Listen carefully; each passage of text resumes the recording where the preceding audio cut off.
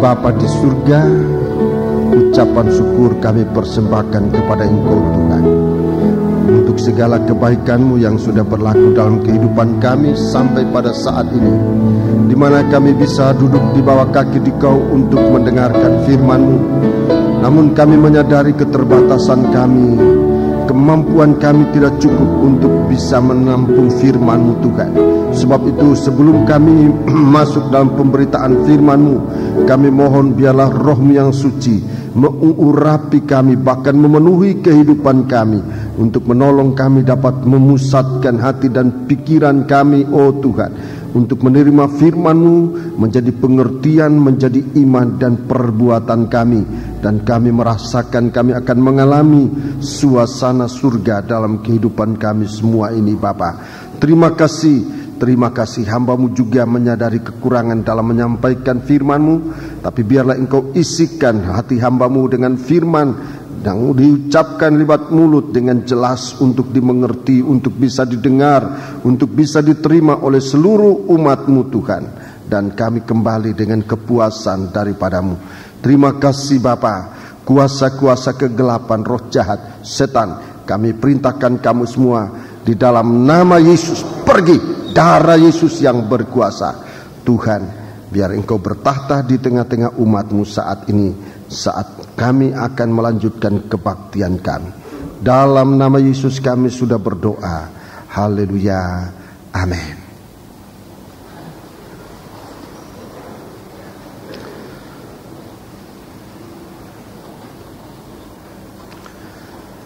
Sidang jemaat yang dikasihi Tuhan, saya menyampaikan salam sejahtera dan selamat berbahagia dalam menerima sabda Tuhan dalam nama Tuhan Yesus Kristus. Duduklah dengan tenang untuk saat pemberitaan firman Tuhan. Semoga tidak ada satu apapun yang bisa mengganggu kita, terutama perhatian kita kepada Tuhan.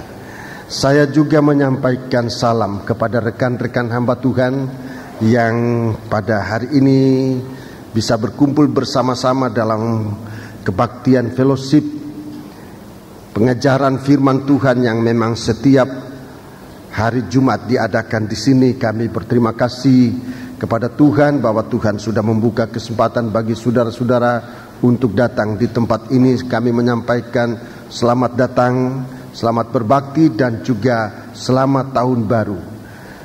Satu keluarga dari negeri Belanda, keluarga Vlak, berada bersama-sama dengan kita. Kami menyampaikan salam, selamat datang, dan selamat berbakti bersama kami di tempat ini. Puji Tuhan, selama berada di sini di Indonesia, biarlah kita bersama-sama memuji Tuhan. Haleluya. Sebelum saya menyampaikan firman Tuhan, ingin saya menyampaikan beberapa hal untuk diperhatikan oleh seluruh sidang jemaat. Dan penyampaian ini begitu penting sehingga perhatian kita perlu kita pusatkan untuk apa yang diumumkan ini nanti akan menjadi beban doa bagi kita sekalian, baik hamba Tuhan maupun sidang jemaat Johor dan Lemah-Putro yang memang belum pernah saya mengumumkan hal ini.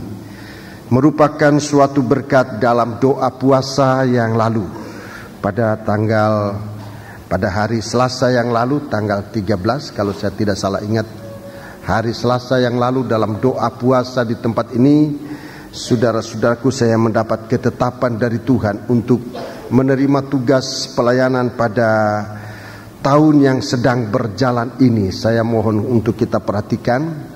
Yang pertama-tama, saudaraku, adalah kebaktian pasca persekutuan. Paskanya sendiri akan jatuh pada tanggal 12 April yang akan datang. Tanggal 10 itu Jumat Agung, tanggal 12 Paskah. Kemudian saudara-saudaraku, kita memang di dalam sidang masing-masing kita mengadakan perayaan Paskah, tapi sesudah itu kita akan adakan kebaktian pasca persekutuan.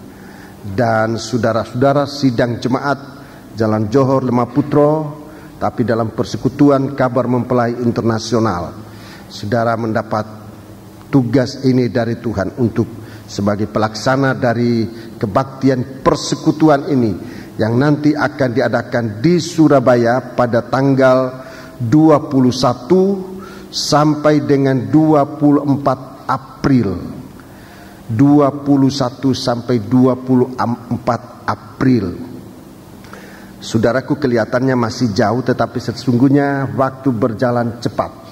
Memang Tuhan akan mempercepat waktu ini, saudara-saudaraku, sehingga untuk bulan Januari, Februari, Maret, kemudian kita sudah sampai pada bulan April. Tanggal 21 sampai 24 April kita akan adakan kebaktian pasca persekutuan di Hotel Westin Surabaya. Ini perlu dicatat sebab memang doa nanti akan dinaikkan secara khusus dan sungguh-sungguh, secara intensif, doa dan bahkan dengan puasa. Yang kedua, tugas yang kedua adalah persekutuan, kebaktian persekutuan kabar mempelai di Nederland, di negeri Belanda. Ini perlu disampaikan jauh-jauh hari sebab memang pengurusannya memakan waktu, baik menyangkut pesawat yang akan kita gunakan, tidak naik kapal, sudah tidak ada urus kapal, semua pesawat, kemudian untuk penginapan di sana juga kami sudah mendapat kontak dengan saudara kita di Nederland. Dalam hal ini terutama Bapak dan Ibu Pendeta Toteis, mereka sangat merindukan kunjungan kita ke Nederland, sehingga pada tanggal 25 Mei rencana kita berangkat dari Surabaya. 25 Mei itu hari Senin, diperkirakan sampai tanggal 5 atau kurang lebih tanggal 5 bulan 6 atau Juni kita berada di Nederland. Tanggal 5, tanggal 6 direncanakan kita sudah berada kembali di Indonesia. Jadi kurang lebih 13 atau 14 hari kita dalam pelayanan itu. Jadi saya sampaikan ini untuk kita bersiap-siap di tengah-tengah guncangan ini. Kita bukan pergi piknik, tetapi kita di sana untuk pelayanan kesaksian. Dalam doa puasa di sini kita benar-benar ditantang oleh firman Tuhan, sebab kalau tahun ini kita tidak bersaksi, suatu setan yang membisukan. Jadi kalau tidak bersaksi ditakutkan dikuasai oleh setan bisu. Itu Lukas 16. Lukas 16 di sana dijelaskan. Dalam Lukas pasal 11. Di sana dijelaskan suatu setan yang membisukan dengan menggunakan kerajaannya, menggunakan rumahnya, menggunakan tubuhnya sendiri untuk membisukan kita. Tapi kalau kita bersaksi, kita masuk dalam pelayanan kepada Tuhan dengan sungguh-sungguh, pintu itu dibukakan. Apa yang kita cari kita dapatkan, apa yang kita minta kita peroleh. Jadi Tuhan membukakan kita pintu yang tidak bisa ditutup oleh siapapun juga. Tergantung kita ini mau ambil atau tidak. Memang setiap pekerjaan ini rupanya merupakan tantangan yang besar. Dengan situasi, dengan keadaan dalam rumah tangga kita, dalam pribadi, persoalan pribadi, begitu banyak mengguncangkan kita di hari-hari ini. Sebab itu untuk pekerjaan ini, saudara-saudaraku, kita membutuhkan doa yang lebih intensif lagi. Sesudah berdoa puasa pada hari Selasa yang lalu, doa ini akan dilanjutkan di Batu. Kita sudah pesan tempat di Batu tanggal 9 sampai 11 Februari yang akan datang. Tanggal 9 sampai 11 Februari yang akan datang, kita akan adakan doa puasa di Batu untuk mempersiapkan segala sesuatu, terutama pribadi dan kepribadian kita untuk masuk dalam pelayanan yang besar ini. kepada saudara-saudara khusus untuk persekutuan di Nederland, saya menyampaikan ini jauh hari saudaraku, sebab kita perlu mendapatkan perkiraan jumlah kira-kira berapa orang yang pergi. Saya mendapat permintaan dari Nederland untuk mereka membantu menguruskan tempat penginapan kita di sana, sehingga mereka membutuhkan berapa kira-kira jumlah yang akan datang, sehingga kepada badan pelaksana sudah mempersiapkan diri mungkin pada hari Minggu, pada hari Minggu yang akan datang, saudara-saudara sudah bisa mendaftarkan diri dengan dasar lebih dahulu merasa ada gerakan. Itu dasar pertama. Jadi pendaftaran pada hari Minggu ini belum bicara soal uang, memang uangnya masih sulit kita mencari angka dan sebagainya. Saya menyampaikan ini nomor satu, pada hari Minggu yang akan datang sudah dimulai pendaftaran saudara-saudara yang merasa digerakkan oleh Tuhan. Jadi belum bicara soal uangnya berapa, masih ada waktu cuti masih ada. Rasanya belum diambil cuti buat Januari ini. Ya, cuti untuk tahun 98 ini digunakan. Jadi saya menyampaikan itu nomor satu, pendaftaran yang akan datang, saudara-saudaraku merasa ada gerakan, tapi bukan gerakan main-main, gerakan ikut-ikutan, tidak. Sebab ini kita tidak pelayanan main-main, tapi pelayanan ini sungguh-sungguh.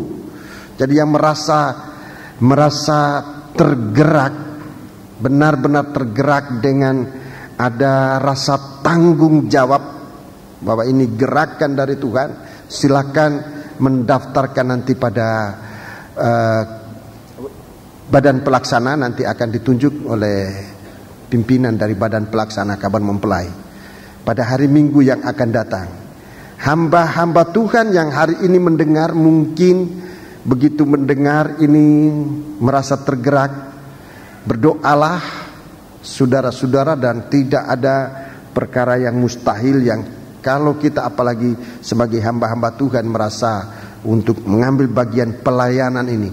Di sana nanti kita akan mengadakan suatu pelayanan, dan pelayanan ini ditunggu oleh jemaat yang ada di negeri Belanda. Saudara dengar kesaksian mereka waktu ada di sini. Mereka sangat membutuhkan suatu kebangunan yang membangunkan dari suasana dingin, suasana tidur dan sebagainya. Sebab itu mari kepada kita sekalian diberi kesempatan. Beberapa hamba Tuhan yang sempat saya telepon hari-hari ini, beberapa mereka yang langsung menyatakan kerinduan untuk kalau bisa mengikuti perjalanan ke negeri Belanda ini, dan saya memang membuka kesempatan, dan kesempatan ini dari Tuhan untuk bisa melakukan itu dengan doa yang sungguh-sungguh. Jadi saudara-saudaraku, saya mohon supaya dua perkara ini kita bawa dalam doa. Kebaktian baik pasca persekutuan maupun kebaktian persekutuan di Nederland, dan di Nederland di sana persekutuannya nanti dalam kebaktian kepenuhan Roh Kudus. Waktu pasca kebaktian Pantekosta nanti akan diadakan satu persekutuan dengan seluruh jemaat gereja kita yang ada di Nederland. Itu satu pada hari Minggu tanggal 31 Mei kebaktian Pantekosta akan diadakan di satu kota di Nijmegen. Akan diadakan persekutuan besar jemaat dari seluruh Nederland, dan semoga kita seberapa bisa yang ada kita adakan persekutuan. Saya sudah terima berita ini dari Nederland. Sebab itu mari kita berdoa ini dengan sungguh-sungguh, beribadah sekarang persiapan. Para imam-imam baik musik, sangkor, saudara mendapat tugas pelayanan-pelayanan terutama dalam kebaktian pasca persekutuan, sehingga mungkin hari-hari ini saudara sudah mulai masuk dalam latihan-latihan nyanyian dan musik, dan saya mohon supaya latihan ini diperketat. Jangan asal latihan, tapi kesungguhan kita. Dibuka nanti kesempatan untuk imam-imam yang baru. dan nanti akan saya umumkan berikutnya, tapi saya beritahu lebih dahulu imam-imam yang baru akan ditatar lebih dahulu untuk kemudian bisa masuk dalam pelayanan. Semoga dalam kebaktian pasca persekutuan saudara sudah bisa tampil. Tapi lebih dahulu kesetiaan saudara ini akan ditinjau, akan ditilik, kemudian akan masuk dalam penataran untuk memperkuat tim imam-imam yang akan menyanyikan nyanyian maupun yang akan memainkan alat-alat musik yang akan digunakan untuk memuliakan nama Tuhan. Puji Tuhan. Inilah penyampaian yang saya sampaikan kepada saudara-saudara sekalian. Demikian, kita akan masuk sekarang dalam kitab Wahyu Fatsal 11. Kitab Wahyu Fatsal yang ke-11. Kitab Wahyu Fatsal yang ke-11. Kitab Wahyu Fatsal yang ke-11. Kita masuk pada sangkakala yang ke-7.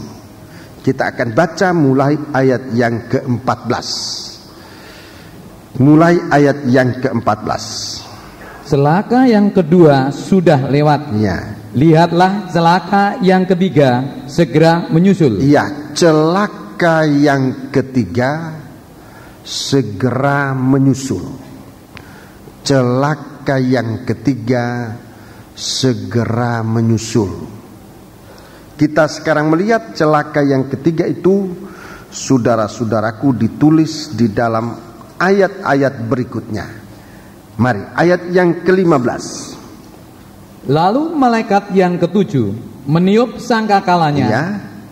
dan terdengarlah suara-suara nyaring di dalam sorga, katanya. Ya, suara-suara nyaring. Suara jadi bukan cuma satu suara, tapi banyak suara-suara nyaring di surga, katanya.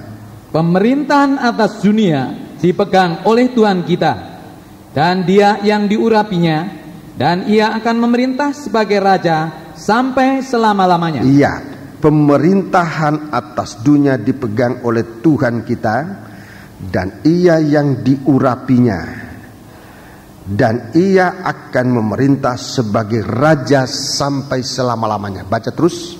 Dan ke-24 tua-tua yang duduk di hadapan Allah di atas tahta mereka tersungkur dan menyembah Allah sambil berkata, kami mengucap syukur kepadamu, ya Tuhan Allah yang Maha Kuasa, yang ada dan yang sudah ada, karena Engkau telah memangku kuasa-Mu yang besar dan telah mulai memerintah sebagai Raja. Iya, telah mulai memerintah sebagai Raja. Terus.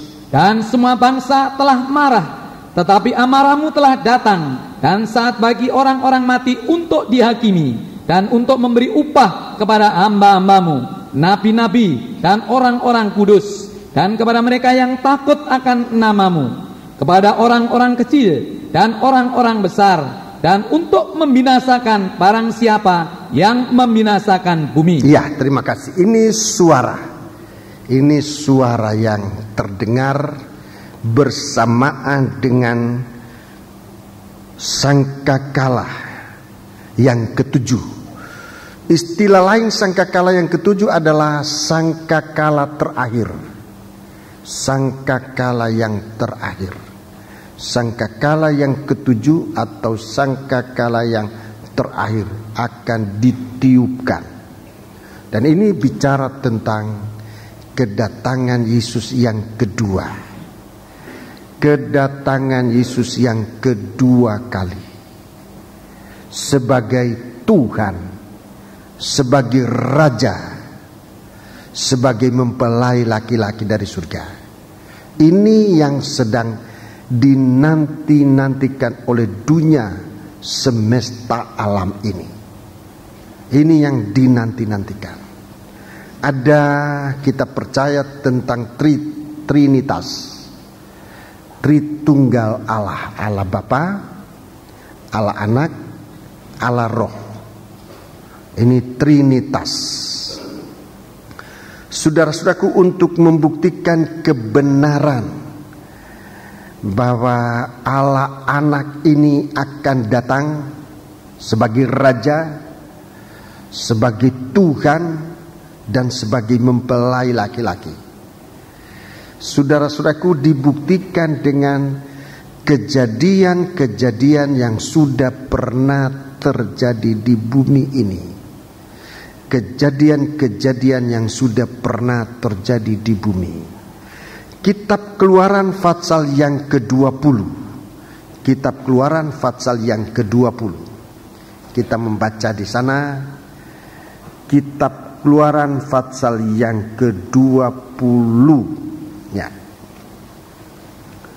Kitab Keluaran pasal yang ke-20 ayat yang ke-18 sampai dengan ayat 21. Ini suatu bukti pertama bahwa Tuhan benar-benar akan datang.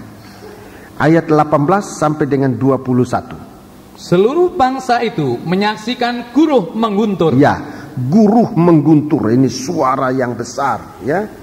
Kilat sabung menyabung. Kilat sabung menyabung. Sangkakala berbunyi. Ya, sangkakala berbunyi. Dan gunung berasap. Ya, gunung berasap. Terus maka bangsa itu takut dan gemetar, ya, dan mereka berdiri jauh-jauh. Mereka berdiri jauh-jauh. Mereka berkata kepada Musa, ya, engkaulah berbicara dengan kami. Ya, engkau saja berbicara dengan kami. Maka kami akan mendengarkan. Kami akan mendengarkan. Tetapi janganlah Allah berbicara dengan kami, nanti ya, kami mati. Jadi ketakutan karena suara besar. Orang Israel menjadi sangat takut. Menjadi sangat takut. Biar Musa saja bicara, kami akan percaya. Jangan Tuhan berbicara, kami takut, kami akan mati. Terus 20. Tetapi Musa berkata kepada bangsa itu. Perhatikan perkataan Musa berkata kepada bangsa itu. Janganlah takut. Janganlah takut. Sebab Allah telah datang dengan maksud untuk mencoba kamu. Ya. Dan dengan maksud supaya takut akan Dia ada padamu, agar kamu jangan berbuat dosa. Terus Adapun bangsa itu berdiri jauh-jauh, tetapi Musa pergi mendekati embun yang kelam di mana Allah ada. Ya, ini kejadian. Ini bukan suatu bayangan, tapi ini kejadian yang benar-benar terjadi. Allah Bapa turun ke bumi ini. Jadi Allah Bapa ini benar-benar datang di bumi dalam keadaan seperti sebagai Allah yang dalam keadaan yang sebenarnya, ya. Allah datang dalam keadaan sebagai Allah yang sebenarnya. Suatu guncangan terjadi, suatu guncangan, sangkakala dibunyikan. Maksudnya bukan untuk menjatuhkan umatnya, tetapi supaya umatnya makin teguh berpegang kepada Dia.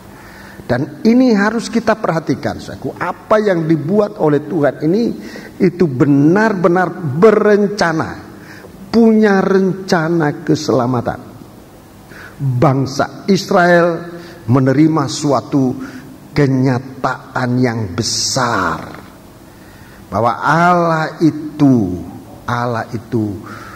sudah datang ke dalam bumi ini dalam keadaannya sebagai Allah yang sesungguhnya.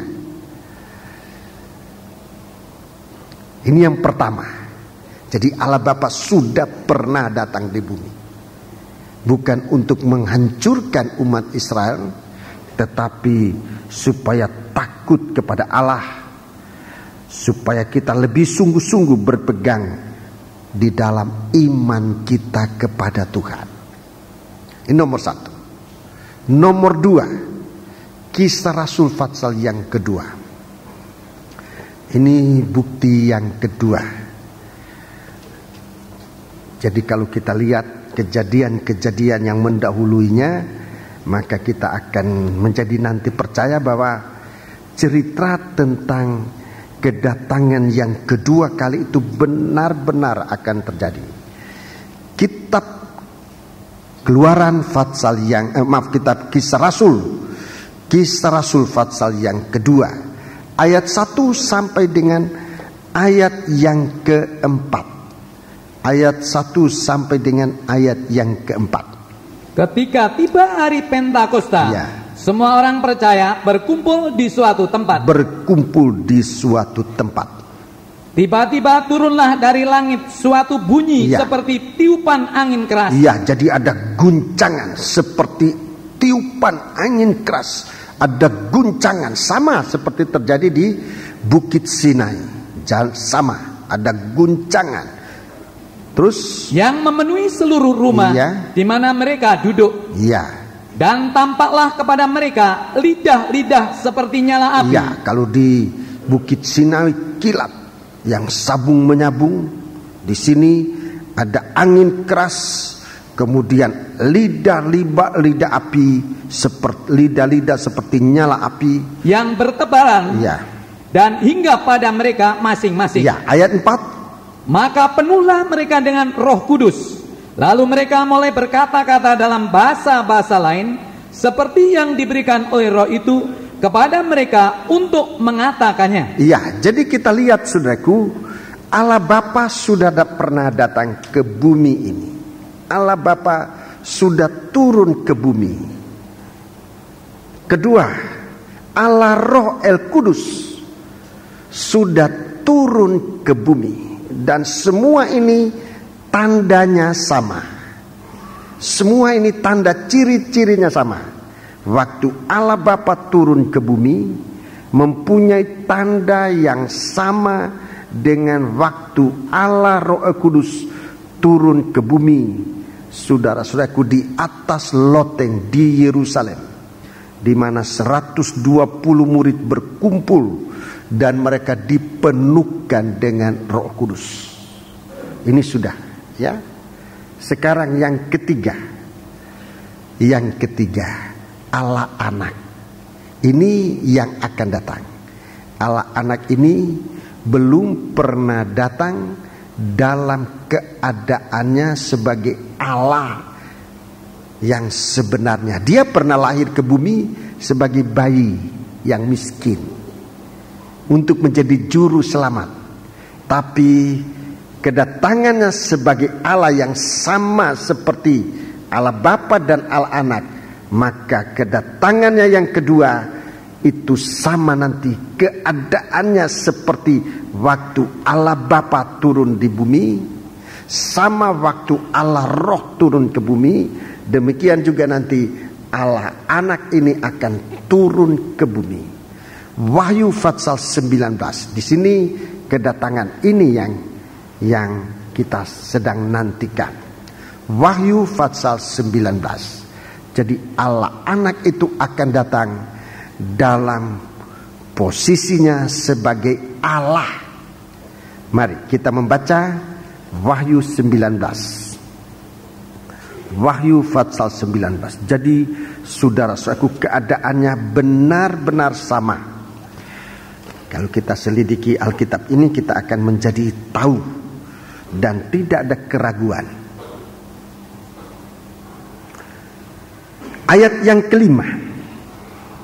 Maka kedengaranlah suatu suara dari takhta itu. Nah, sebetulnya ini suara yang keras.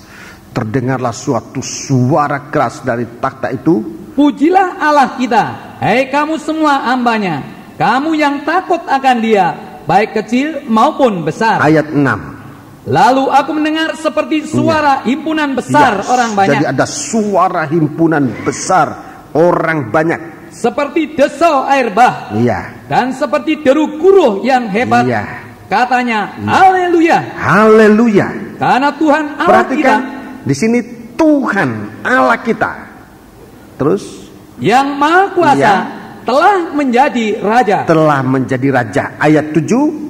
Marilah kita bersukacita dan bersorak-sorai dan memuliakan Dia, karena hari perkawinan anak domba telah tiba dan pengantinnya telah siap Ya, sedia. ini kedatangan yang kedua. Ini suatu pelajaran besar. Ini suatu pelajaran besar untuk gereja Tuhan, untuk mengetahui secara persis. Dan saudara-saudaraku, untuk menjelaskan ini itu harus menggunakan nomor satu urapan dari Tuhan untuk membuka rahasia laki-laki dari surga. Jadi ini suatu hal yang begitu luas untuk dijelaskan. Jadi kalau saudara pernah mendengarkan pengajaran tentang kitab Wahyu ini, dan dalam sidang jemaat ini sudah beberapa kali saya khotbahkan tentang ayat yang tadi kita baca, Wahyu 11 ini, saudaraku, itu bukan berarti saudara sudah mengetahui atau saya sudah mengetahui. Itu belum apa-apa dibanding dengan keagungan keadaan kejadian yang nanti akan terjadi. Fatsal-fatsal dalam kitab ini, saudara-saudaraku, belum cukup untuk menjelaskan sejelas-jelasnya bagi kita. Roh Kudus masih akan menyatakan itu dalam kita sekalian. Sebab itu kita membutuhkan ketekunan di hari-hari, tekun menantikan Dia. Hari kedatangan Yesus yang kedua ini hari yang sangat besar, sehingga nanti akan menjadi lengkap. Allah Bapa datang ke dalam dunia, Allah Roh datang ke dalam dunia, Allah Anak datang ke dalam dunia ini untuk mendirikan kerajaan Allah di bumi ini. Kita membaca itu dalam kitab Keluaran pasal 19. Kita baca dalam kitab Keluaran pasal 19. Jadi ini merupakan satu studi yang sungguh-sungguh, dan kita lihat bagaimana Tuhan bekerja, sudah bekerja, Allah Bapa bekerja, bagaimana Allah Anak, Allah Roh sudah bekerja, Allah Anak juga bekerja mempersiapkan hari kedatangannya. Ayat yang keempat sampai dengan ayat yang keenam.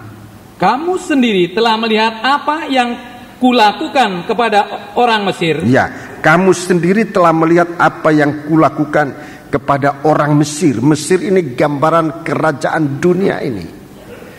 Ini Mesir gambaran kerajaan keduniawian. Baca terus. Dan bagaimana aku telah mendukung kamu di atas sayap Raja Wali. Ya, mendukung kamu di atas sayap Raja Wali. Dan membawa kamu kepadaku. Ya, membawa kamu kepadaku. Ini akan terjadi lagi. Saudara melihat mempelai perempuan itu nanti akan dikaruniakan dua sayap burung Raja Wali atau burung Nasar untuk menerbangkannya ke padang belantara jauh dari mata ular. Ini sudah dipraktikkan oleh Allah Bapa kepada bangsa Israel. Dulu dia dibawa dari Mesir ke padang belantara seakan di atas Raja Wali, mendukung Allah, mendukung di atas sayap Raja Wali. Ada orang yang mengartikan ayat ini bahwa bangsa Israel ke padang belantara enggak jalan kaki, mereka naik Garuda, itu katanya begitu. Saudaraku, di sini dalam terjemahan bahasa Indonesia Lama, dalam terjemahan bahasa Indonesia Lama disebutkan demikian. Ayat yang keempat, kamu telah melihat perkara yang sudah kubuat akan orang Mesir, maka aku telah mendukung kamu serasa di atas sayap burung Nasar. Serasa di atas burung Nasar. Saudara, cerita lengkapnya perjalanan bangsa Israel memang berjalan, bukan terbang. Mereka berjalan, tetapi sengsara perjalanan itu tidak dirasakan. Sebab mereka seperti di atas sayap burung Nasar. Jadi itu perjalanan rohani dari anak-anak Tuhan. Memang mengalami banyak sengsara, banyak penderitaan. Tapi kalau kita berjalan bersama Tuhan, Tuhan memelihara kita. Tuhan begitu kuat memelihara kita. Dalam kitab Ulangan, kita coba membaca kitab Ulangan pasal yang ke-8.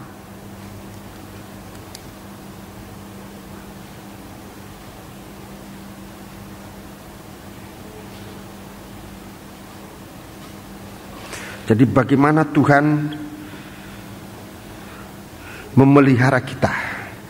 Ulangan pasal yang ke-8. Ulangan pasal yang ke-8. Kita baca ayat yang mulai ayat yang ketiga. Jadi ia merendahkan hatimu, membiarkan engkau lapar, dan memberi engkau makan mana yang tidak kau kenal, dan yang juga tidak dikenal oleh nenek moyangmu, untuk membuat engkau mengerti bahwa manusia hidup bukan dari roti saja, tetapi manusia hidup dari segala yang diucapkan Tuhan. Iya, jadi seringkali Tuhan izinkan kita mengalami seperti ini contoh, mengalami lapar, supaya tahu menghargai makanan. Jadi Tuhan mendidik anak-anaknya itu. Tuhan beri kamu lapar, merendahkan hati, biarkan engkau lapar, dan kemudian memberi engkau makan mana. Jadi saudara-saudaraku, Tuhan mengerjakan di dalam kita bukan tanpa rencana, punya rencana baik bagi kita sekalian. Guncangan terjadi. Untuk apa guncangan terjadi? Supaya kita lebih kuat berpegang. Kalau tidak ada guncangan bisa ngantuk. Kalau saudara naik pohon, saya kasih contoh gampang-gampang. Saudara naik pohon tidak ada angin, tenang, saudara bisa ngantuk duduk di cabang pohon itu. Tapi coba ada guncangan, langsung sadar, langsung berpegang teguh. Tuhan mau kita berpegang kepada Dia. Tuhan berikan guncangan-guncangan ini terjadi supaya kita lebih kuat berpegang kepada Tuhan. Bukan supaya jatuh, supaya lebih kuat berpegang kepada Tuhan. Nah, itu sebabnya pengertian kita kepada Allah harus ditingkatkan. Itulah doa kita tadi. Supaya Tuhan berikan kita pengertian apa yang Tuhan izinkan terjadi. Untuk apa? Tuhan berikan lapar supaya kamu tahu menghargai makanan. Itulah firman Allah. Manusia bukan hidup dari roti,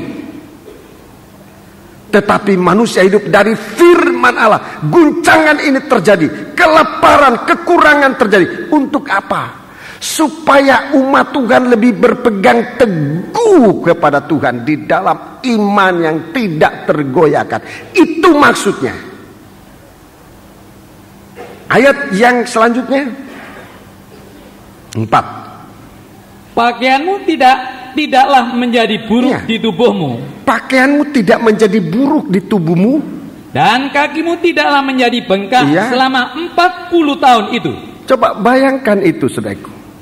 Pakaian 40 tahun gak rusak. Pakaianmu tidak menjadi buruk di tubuhmu. Kakimu tidaklah menjadi bengkak selama 40 tahun dalam perjalanan di padang belantara. Jadi bagaimana Tuhan membawa kita serasa di atas sayap burung nasar, saudara-saudaraku. Dan ini secara hitungan kita mustahil. Pakaian 40 tahun dipakai tidak rusak. Kaki berjalan 40 tahun kok tidak bengkak. Baca terus.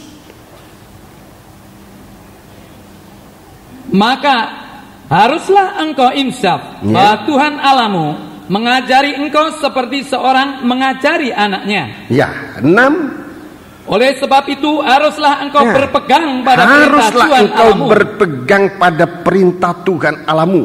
Dengan hidup menurut jalan yang ditunjukkannya, dan dengan takut akan Dia. Dengan takut akan Dia. Jadi ini kerinduan Tuhan. Kita kembali sekarang dalam kitab Keluaran pasal yang Kitab Keluaran pasal 19 itu. Jadi Tuhan tunjukkan cara bagaimana Tuhan sedang membimbing anak-anaknya sekarang ini, supaya kita jangan goyah bersama dengan orang dunia ini, saudara-saudara.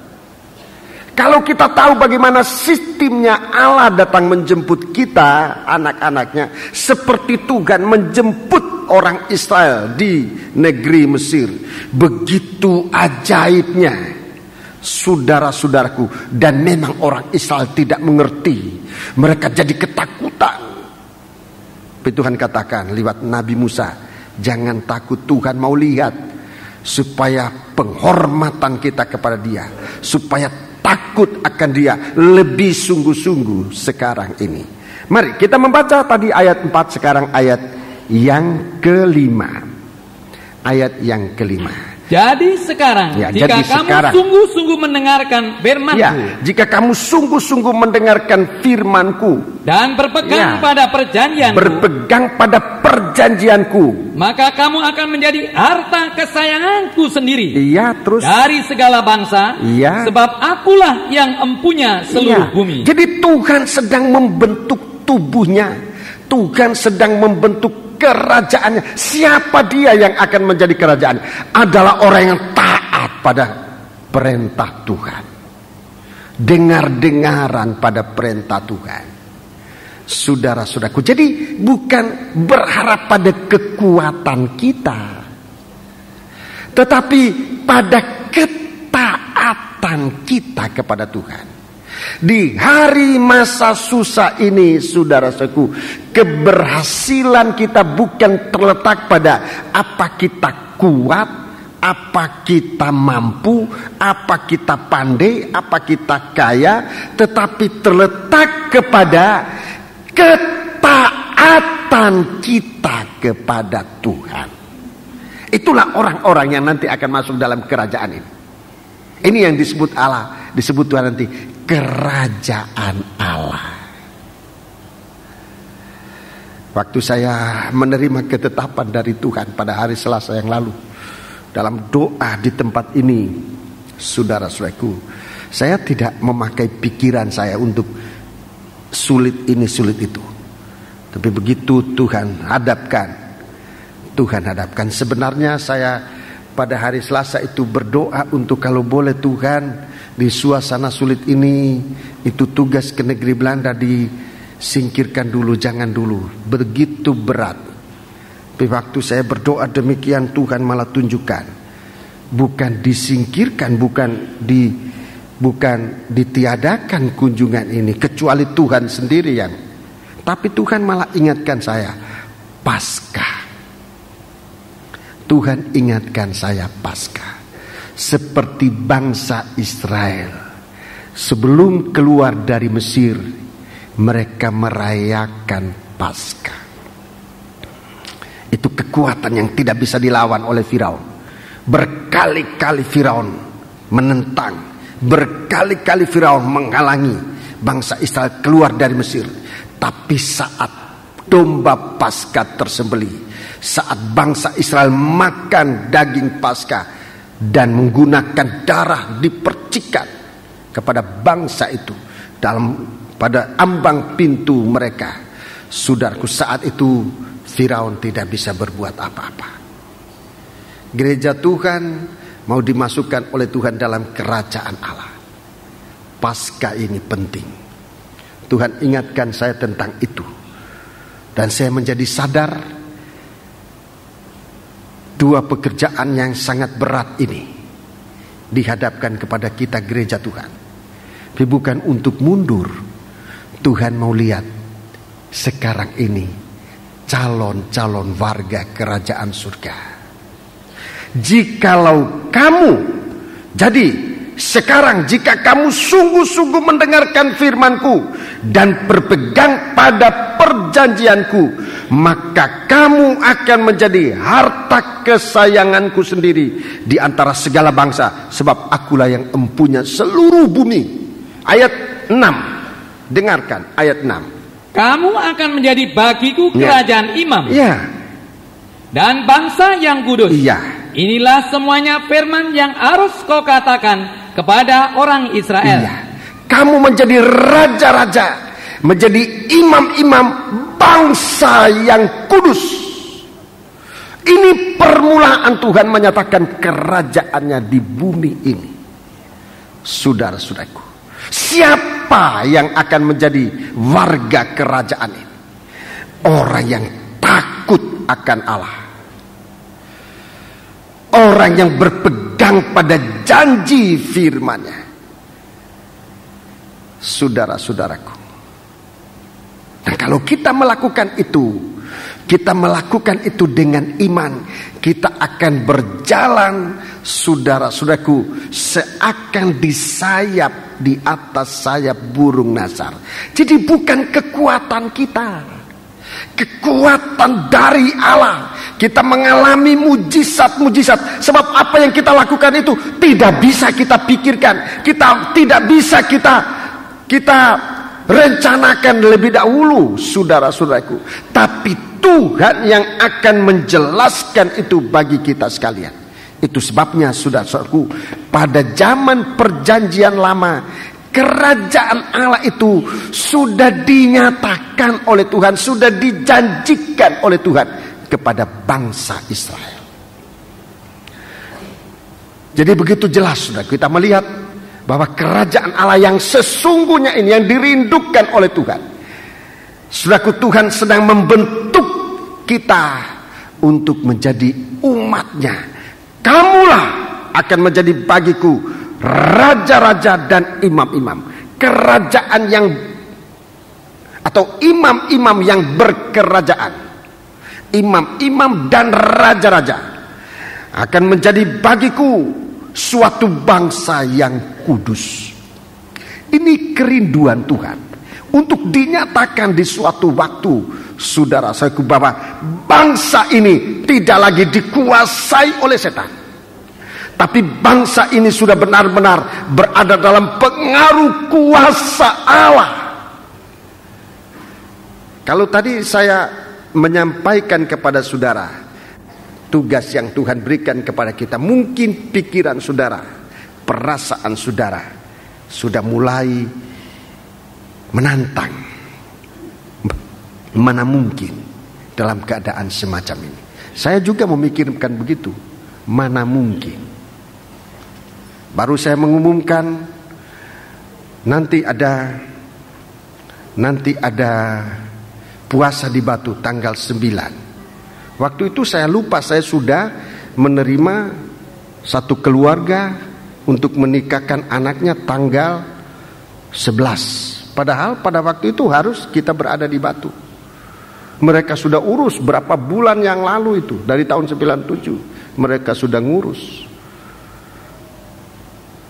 Suatu tantangan, rasanya sulit, tapi saya mendengar semua sudah lewat dengan baik, dapat diatur. Kemudian untuk bulan April, satu keluarga juga sudah setahun yang lalu mereka mulai mencari dan mengurus. Kok sekarang harus dirubah sebab bertepatan dengan hari-hari kebaktian. Tapi Tuhan menunjukkan, saudara-saudaraku, bahwa apa yang sulit dipikirkan, apa yang sulit kita lakukan, Tuhan bisa menyelesaikan. Jadi dua keluarga ini masalahnya sama dan dapat diselesaikan oleh Tuhan hanya dalam waktu 1 hari. Jadi besoknya mereka sudah selesai semua oleh kemurahan Tuhan. Halangan rintangan ada, saudaraku. Halangan dan rintangan itu ada. Ini baru satu macam. Tetapi kalau kita berpegang teguh pada janji Allah, saudara-saudaraku, kita akan mengalami mujizat Tuhan. Kita akan mengalami mujizat. Kita akan menjadi bangsa untuk menceritakan kebesaran Allah. 1 Petrus pasal 2. 1 Petrus pasal yang kedua, tentang bangsa yang besar ini. Untuk apa kita dijadikan bangsa yang dikasihi oleh Tuhan? Coba kita baca 1 Petrus pasal yang kedua ayat 9. Tetapi kamulah bangsa yang terpilih. Ya, kamu bangsa yang terpilih. Imamat yang rajani. Iya. Bangsa yang kudus, umat kepunyaan Allah sendiri. Iya. Supaya kamu memberitakan perbuatan-perbuatan yang besar Ya, dari Dia. supaya kamu memberitakan perbuatan besar. Ini artinya menjadi saksi dari kebesaran Allah. Setiap anak Tuhan, baik di gereja ada kesaksian, di tempat di mana saudara berada ini namanya penginjilan pribadi, kesaksian-kesaksian di kantor, di teman, di mana di jalan saudara bersaksi. Untuk memberitakan perbuatan-perbuatan yang besar dari Dia Yang telah memanggil kamu keluar dari kegelapan kepada terangnya yang ajaib. Iya, terima kasih. Jadi ini tujuannya saudara-saudaraku. Kita ini mau dipakai oleh Tuhan menjadi saksinya Tuhan. Apakah kita bisa keluar sebagai saksinya Allah atau tidak? Kalau semua terjadi biasa, ini tidak ada. Kita tidak melihat perbuatan Allah besar dalam kita. Kita nggak lihat itu. Tapi kalau dalam guncangan, dalam kesulitan, dalam apapun juga, kita keluar menjadi saksi, maka kesaksian kita adalah menyaksikan kebesaran Allah. Kepada Om Tote saya jelaskan, kami dalam kesulitan. Di negeri kami mengalami kesulitan. Dia katakan, saya tahu, saya lihat di TV, tapi kami di sini mendoakan saudara-saudara. Kami mendoakan saudara-saudara. Kami menunggu kedatangan saudara pada dia sudah tahu bulan Mei. Entah pernah saya ngomong-ngomong itu mungkin ada yang nyampe-nyampekan, tapi nggak apa-apa.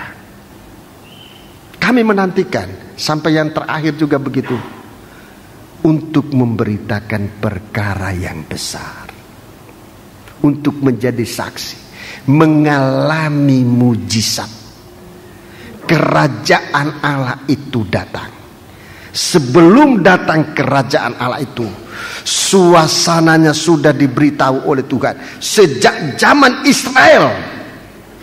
Apa yang terjadi saudara-saudaraku, apa yang terjadi yang dialami oleh bangsa Israel dalam perjalanan, itu merupakan suatu kuasa Allah yang besar, suatu kekuatan yang besar. Sudah baca dalam kitab Nabi Yosua, bagaimana bangsa-bangsa di tanah Kanaan gemetar mendengar datangnya bangsa Israel. Kerajaan Allah itu datang. Mereka menjadi takut sebab begitu banyak bangsa yang sudah dikalahkan. Begitu banyak mujizat yang dialami oleh bangsa Israel, membuat bangsa-bangsa di negeri Kanaan itu menjadi begitu takut. Dalam Yosua pasal 9, salah satu cerita ketakutan bangsa Israel. Ketakutan bangsa-bangsa di tanah Kanaan terhadap bangsa Israel. Sebab mereka berjalan serasa di atas sayap burung nasar. Suatu perjalanan yang dibawa oleh Tuhan, asal kita berpegang teguh kepada perintah Allah, kita akan mengalami mujizat. Untuk maksudnya menjadi saksi-saksinya Allah. Jadi kalau kita mau, kalau kita tidak mau, dalam Lukas pasal 11, Injil Lukas pasal 11, Injil Lukas pasal 11, Injil Lukas pasal yang ke-11, Injil Lukas pasal yang ke-11, Injil Lukas pasal yang ke-11. Ayat 14. Pada suatu kali Yesus mengusir dari suatu setan yang membisukan. Iya, terima kasih. Ini yang kita waspada hari-hari ini. Suatu kali Yesus mengusir setan dari seorang. Seorang ini ya siapa saja bisa. Ada seorang yang dikuasai oleh setan. Seorang yang dikuasai oleh setan. Suatu setan yang membisukan, membuat orang bisu, membuat orang tidak bisa bersaksi, membuat orang tidak bisa berkata-kata, membuat orang tidak bisa memberitakan kebesaran keajaiban Allah. Seorang ini adalah sesungguhnya seorang warga kerajaan surga yang sempat diikat oleh setan, sehingga dia menjadi bisu, suatu setan yang membisukan. Sebab apa? Bisu karena tidak percaya. Waktu Yesus lahir sebagai manusia, Yesus lahir sebagai manusia. Ini belum sebagai Allah dalam keadaan yang sebenarnya. Yesus datang ke dunia sebagai manusia. Allah menjadi manusia. Seorang yang mendapat berita pertama adalah Zakaria. Enggak percaya Yesus bisa lahir sebagai manusia. Enggak percaya. Dia menjadi bisu. Dia menjadi bisu. Zakaria menjadi bisu.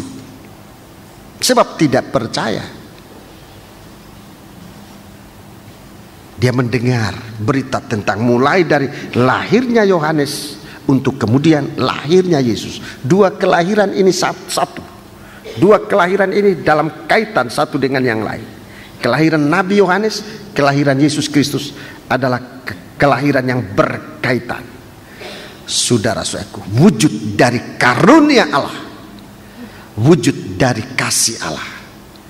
Ini dua kelahiran yang sedang dinyatakan oleh Tuhan dalam dua kelahiran ini. Zakaria nggak percaya pada kuasa Allah. Kepada Nikodemus itu Tuhan bicara tentang kelahiran kembali.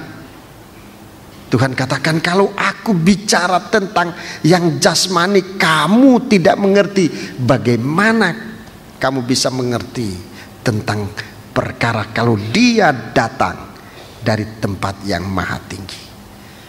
Jadi hal-hal ini yang hanya kita bisa terima dengan iman, bukan dengan akal ini. Saudara-saudara, di sini setan membisukan. Setan yang membuat jadi bisu.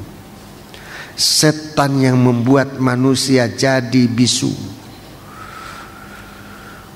Waktu doa puasa saya sudah terangkan setan menggunakan kekuasaannya. Pertama dalam ayat 17 menggunakan kerajaan, kuasa kerajaannya. Setan punya kerajaan. Efesus pasal 2 disebutkan kerajaan dari orang-orang durhaka, penguasa kerajaan angkasa dengan roh durhaka melawan.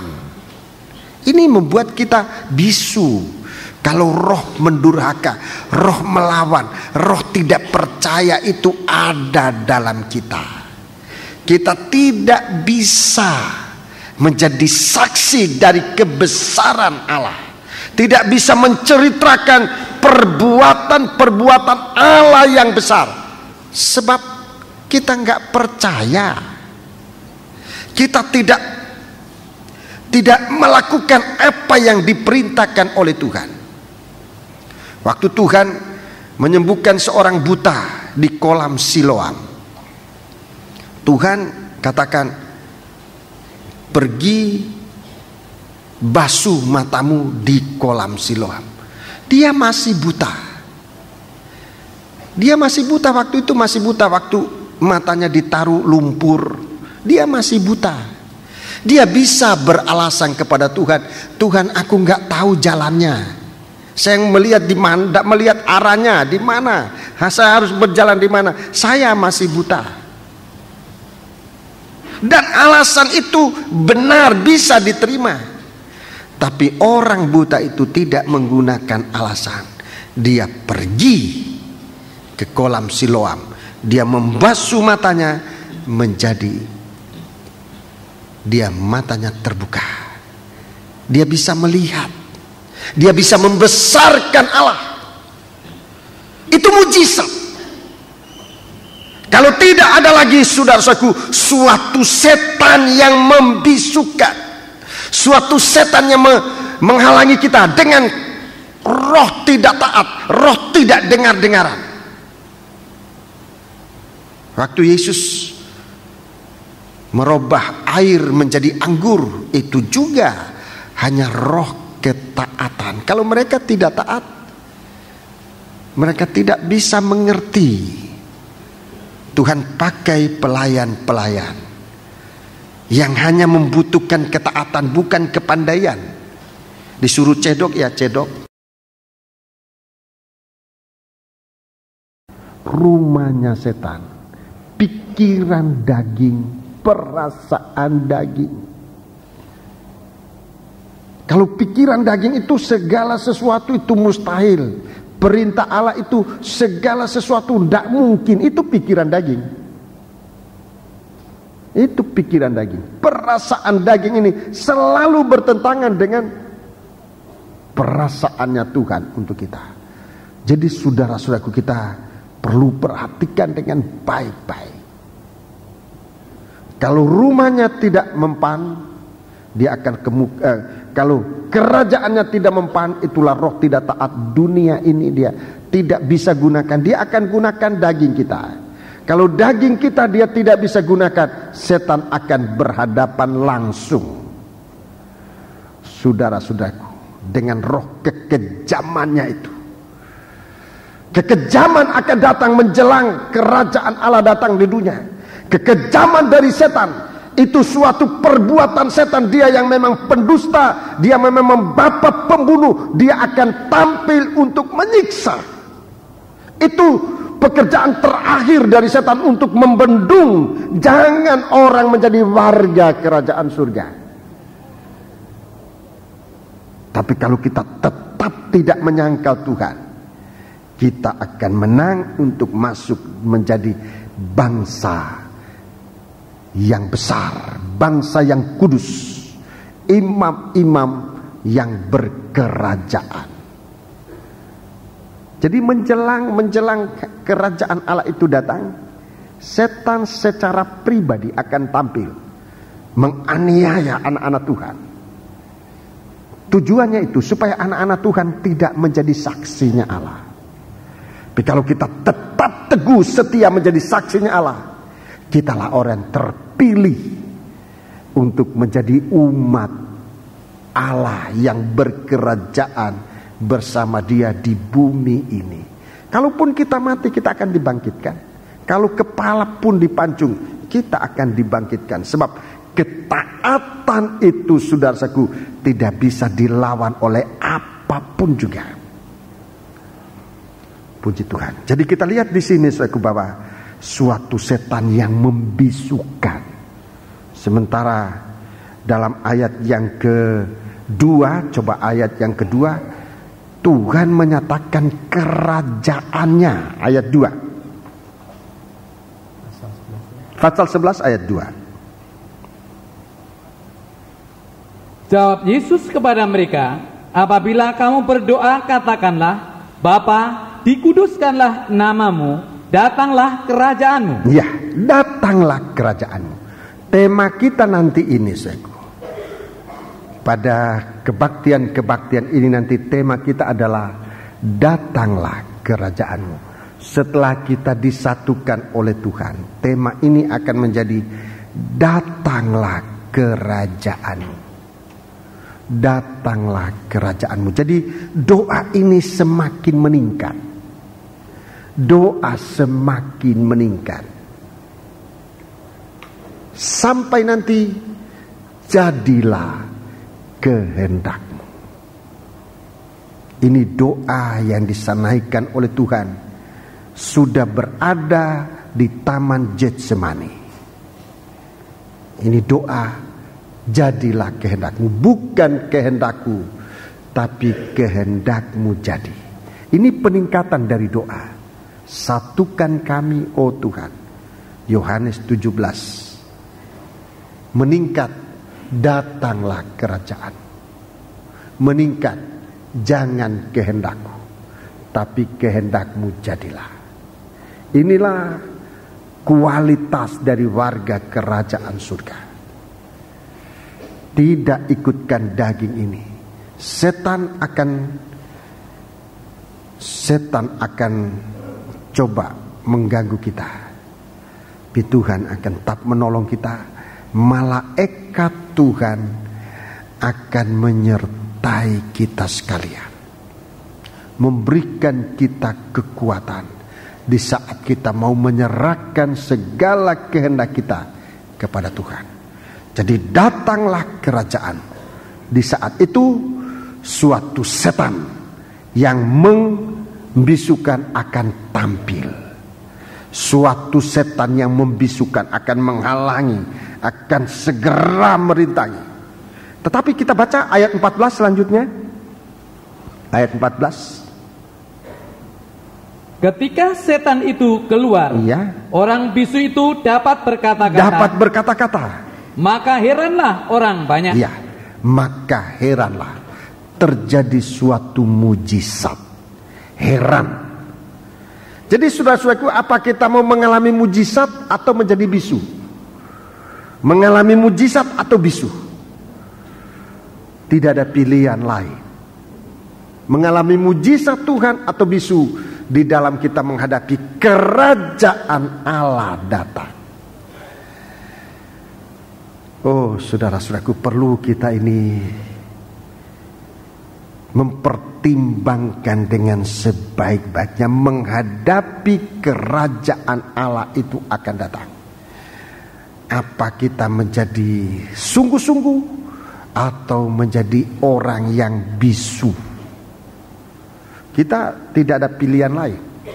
Kalau kita taat kepada Tuhan, hanya itu, taat pada perintah Tuhan, kita akan mengalami. Yohanes pasal 2. Yohanes pasal yang kedua. Injil Yohanes pasal yang kedua. Menjelang hari, menjelang waktunya Tuhan.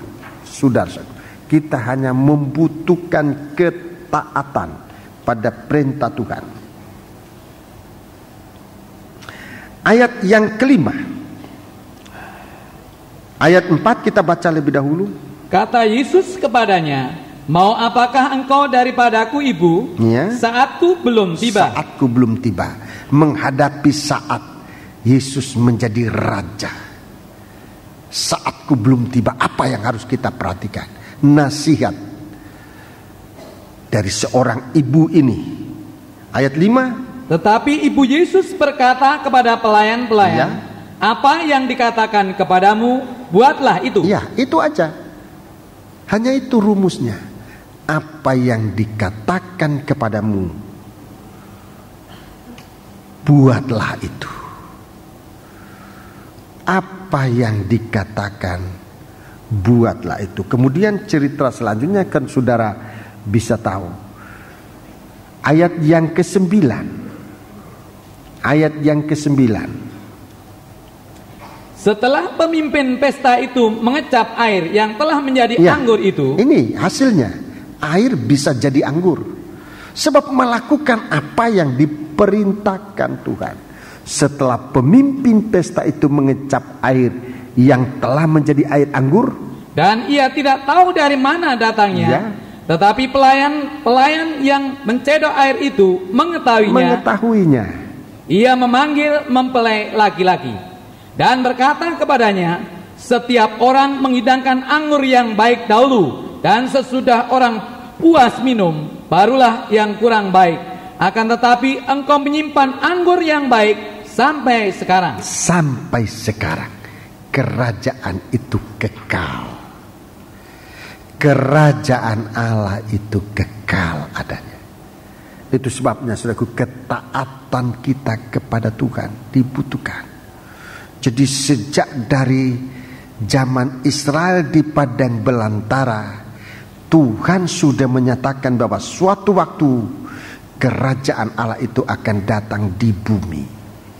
Kerajaan Allah itu akan datang di bumi. Zaman perjanjian baru, Injil Matius pasal yang ke-6. Injil Matius pasal yang ke-6. Datangnya kerajaan Allah itu. Saudara, Injil Matius pasal yang ke-6. Injil Matius pasal yang ke-6. Ayat yang ke-9 dan ayat yang ke-10. Karena itu berdoalah demikian. Bapa kami yang di sorga, dikuduskanlah namamu. Zaman perjanjian baru, kita akan menggenapi kerinduan Allah di zaman perjanjian lama, di mana Tuhan ingin membuat kerajaannya di bumi ini. Saudara-saudaraku, membuat kerajaannya di bumi. Sebab itu berdoalah demikian: Bapa kami yang di surga, dikuduskanlah namamu. 10. Datanglah kerajaanmu. Datanglah kerajaanmu. Ini tema kita nih. Datanglah kerajaanmu. Jadilah kehendakmu. Ya, jadilah kehendakmu. Di bumi seperti di surga. Iya, di bumi seperti di surga. Ini kepala dari doa. Ini puncaknya dari doa. Datanglah kerajaanmu, jadilah kehendakmu. Sudah, ini puncak dari doa. Di mana daging itu tidak ada suara lagi. Di sana kita mendapatkan suatu kemenangan, yaitu hidup kekal bersama Tuhan. Sebab kita hidup dalam kehendak Allah. Kita tidak hidup dalam kehendak daging ini yang mempunyai rencana banyak, tapi tidak satu pun yang bisa dipertahankan untuk kekal. Hasil dari rencana manusia ini tidak ada yang bisa dipertahankan untuk kekal.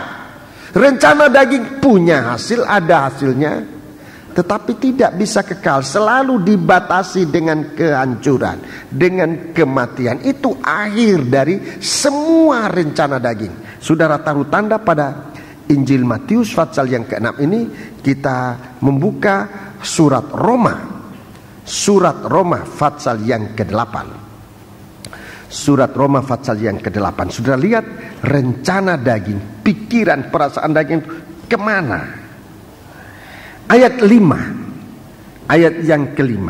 Sebab mereka yang hidup menurut daging memikirkan hal-hal yang dari daging. Ya, memikirkan perkara, merencanakan hal-hal yang dari daging. Mereka yang hidup menurut roh, ya, memikirkan hal-hal yang dari roh. Memikirkan hal-hal yang dari roh. Perhatikan ayat 6. Karena keinginan daging, ya, keinginan daging, rencana daging, apa-apa yang dari daging adalah maut. Ya, selalu dibatasi oleh maut ini. Selalu dibatasi dengan kehancuran. Itu daging. Terus, tetapi keinginan roh adalah hidup dan damai sejahtera. Itulah kehidupan damai sejahtera. Itu kehidupan kekal selama-lamanya. Ayat 7. Sebab keinginan daging adalah perseteruan terhadap Allah, iya, karena ia tidak takluk kepada hukum Allah. Hal ini memang tidak mungkin baginya. Iya. Mereka yang hidup dalam daging tidak mungkin berkenan kepada Allah. Saudara baca tadi dalam kitab Wahyu 11, Tuhan akan datang dan menghukum orang-orang durhaka semacam ini. Mereka inilah pembinasa bumi ini. Orang-orang yang berseteru dengan Allah. Inilah yang akan membinasakan bumi. Sangkakala yang ke-7 akan dibunyikan. Allah akan menghakimi orang-orang semacam ini. Sebab mereka memusuhi Allah. Ayat 8. Mereka yang hidup dalam daging tidak mungkin berkenan pada Allah. Iya, tidak mungkin berkenan kepada Allah. Sekarang ayat 11. Ayat 11, perhatikan ini, ayat 11. Dan jika roh Dia yang telah membangkitkan Yesus dari antara orang mati, ya, diam di dalam kamu. Ya, roh Dia itu roh taat, bahkan sampai mati di atas kayu salib. Sehingga Tuhan mengaruniakan dia nama di atas segala nama untuk menaklukkan segala sesuatu yang ada di langit. Itulah setan yang ada di bumi. Itulah nabi-nabi palsu yang ada di bawah bumi di dalam air. Itulah antikris. Itu dikalahkan oleh dia, supaya semua orang, segala lutut bertelut dan lidah mengaku bahwa Yesus itu Tuhan, bagi kemuliaan Bapa. Ini kita lihat, kalau roh itu yang sudah membuat Yesus bangkit, menang dari kematian. Kalau roh Dia itu yang membangkitkan Yesus dari antara orang mati diam di dalam kamu, terus maka Ia yang telah membangkitkan Kristus Yesus dari antara orang mati, perhatikan, akan menghidupkan juga tubuhmu yang fana itu, tubuh yang fana ini, saudara-saudaraku, kita hidup masih di bumi ini, tapi kalau kita memiliki roh taat kepada Allah, bukannya mustahil Tuhan memelihara tubuh yang fana ini. Masih hidup di Surabaya, masih hidup di kota mana, di desa mana, kita masih hidup dalam tubuh ini. Tuhan pelihara, Tuhan akan memelihara, menghidupkan juga tubuhmu yang fana itu oleh rohnya ya, yang diam di dalam kamu. Yang akan terpelihara nanti adalah orang taat kepada Allah, orang yang berpegang teguh pada perintah Allah. Itu yang akan terpelihara. Maut tidak berkuasa atas dia. Itu artinya sekalipun dia harus dipenggal kepalanya, tapi dia sebentar lagi bangkit. Sebab maut tidak menguasai dia. Kematian karena pelor, karena pedang, karena apa saja tidak menghabisi hidupnya. Dia hanya dialihkan kepada hidup yang kekal, di mana tidak dikuasai lagi oleh daging. Sebab itu nomor satu, bagaimana kita mengerti Allah, kerajaan Allah itu datang pada kita. Jangan sampai menjadi bisu, artinya tidak taat dan tidak mengalami apa-apa mujizat dari Allah, bahwa hidup kita ini dipelihara oleh Tuhan. Coba kita kembali dalam Matius pasal 6. Nomor satu, kerajaan Allah itu datang, kehendak Allah itu jadi. Ayat 11. Berikanlah kami pada hari ini makanan kami yang secukupnya. Ini kebutuhan hidup. Itu menyusul. Itu menyusul. Bukan dia nomor satu. Banyak kali kita tinggalkan kerajaan Allah, mengejar kebutuhan hidup. Rugi sekali. Rugi. Banyak kali kita meninggalkan pelayanan sebab kita mengejar kebutuhan hidup. Rugi. Sebab kerajaan Allah ini di atas semuanya, di atas kebutuhan hidup kita, di atas kebutuhan hidup kita. Kerajaan Allah, kalau kita dalam kerajaan Allah ini, soal kebutuhan kita itu dipelihara oleh Tuhan. Ayat 12. Dan ampunilah kami akan kesalahan kami, seperti kami juga mengampuni orang yang bersalah kepada kami. Terus. Dan janganlah membawa kami ke dalam pencobaan, tetapi lepaskanlah kami daripada yang jahat. Terus. Karena Engkaulah yang punya kerajaan dan kuasa dan kemuliaan sampai selama-lamanya. Amin. Ini soal keselamatan. Keselamatan juga, saudara-saudaraku, mengikut. Jadi bukan itu yang lebih dahulu. Kerajaan Allah itu nomor satu. Melakukan kehendak Allah itu nomor satu. Kerajaan Allah itu dikaitkan dengan bagaimana kita melakukan kehendak Allah. Lalu baru mengikut kebutuhan kita, mengikut keselamatan yang terjamin. Selamat untuk selama-lamanya. Ini suatu hal yang luar biasa yang Tuhan ingin berikan kepada kita.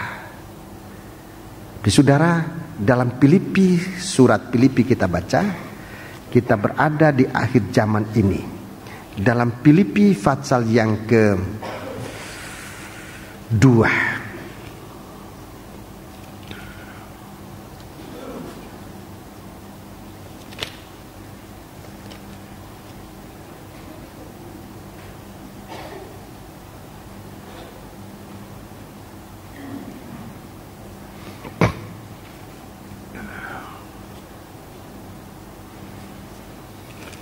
Mari kita membaca surat Filipi. Maafkan, bukan pasal 2 tapi pasal yang ketiga. Filipi pasal yang ketiga. Filipi pasal yang ketiga. Di akhir zaman ini kita jaga ini, saudaraku. Sebab mengecilkan kerajaan surga, mengecilkan kerajaan Allah, meremehkan perintah Tuhan, tidak melakukan kehendak Tuhan. Ayat yang ke-17. Saudara-saudara, Ya.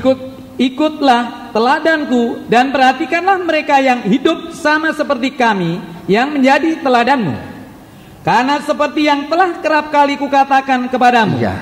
dan yang kunyatakan pula sekarang sambil menangis. Kunyatakan sekarang sambil menangis. Ini menunjukkan berita yang sungguh-sungguh dan penuh kasih sayang.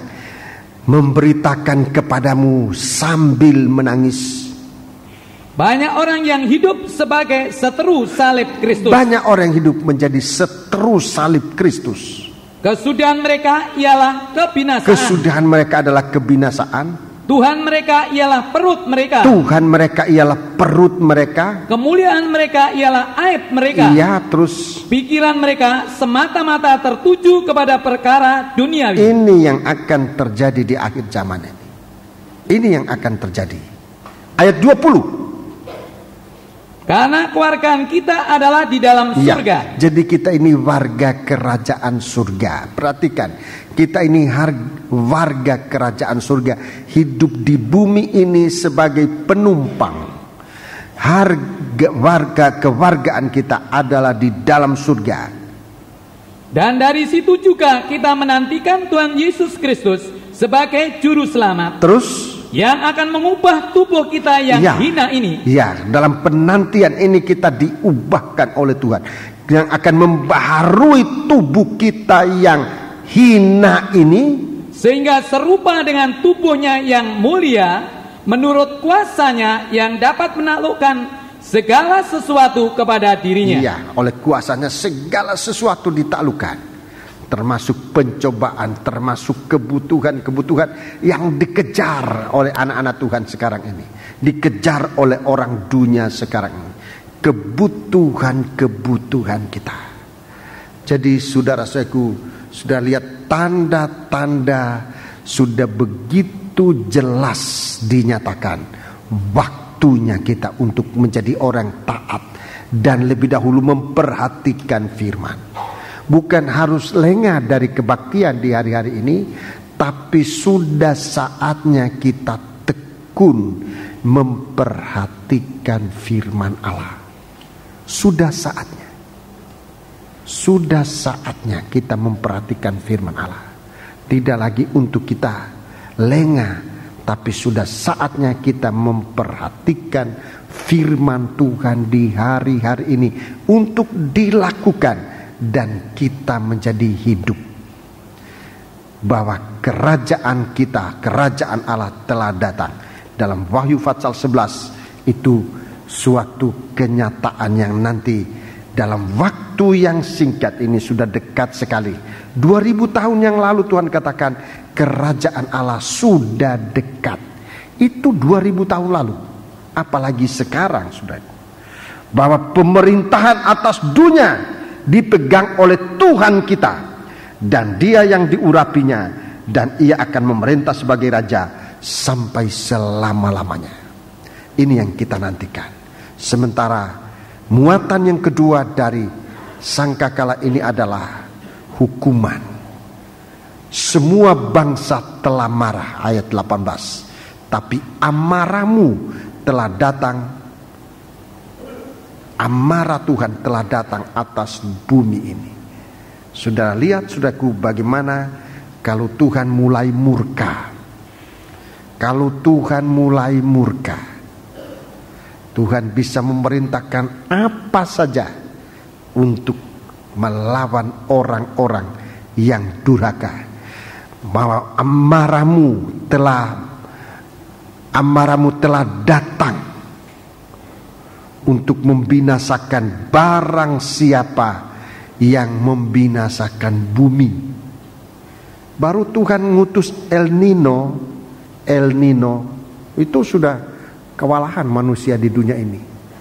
Udara ndak karu-karuan, musim ndak karu. Ini baru El Nino. Baru satu. Belum nanti gempa bumi, belum nanti peperangan. Baru satu, El Nino sudah mengguncangkan bumi. Saudara-saudaraku, Baru satu, El Nino. Musim buah ndak karuan, segala sesuatu akan menjadi kacau. Baru satu utusan itu, El Nino. Dunia sudah kacau, alam semesta jadi kacau. Sebab itu tidak ada jalan lain. Di saat guncangan ini terjadi, bukan saat untuk ramai-ramai tinggalkan Tuhan, tapi saatnya orang sungguh-sungguh berpegang teguh kepada Tuhan. Saatnya berpegang teguh kepada Tuhan. Puji Tuhan. Kita akan masuk dalam perjamuan suci. Kita bangkit berdiri.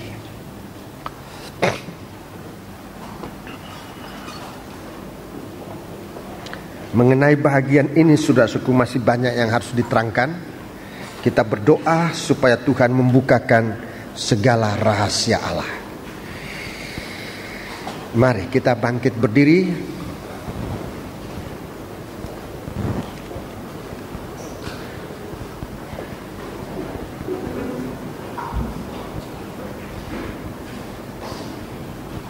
Kita bangkit berdiri.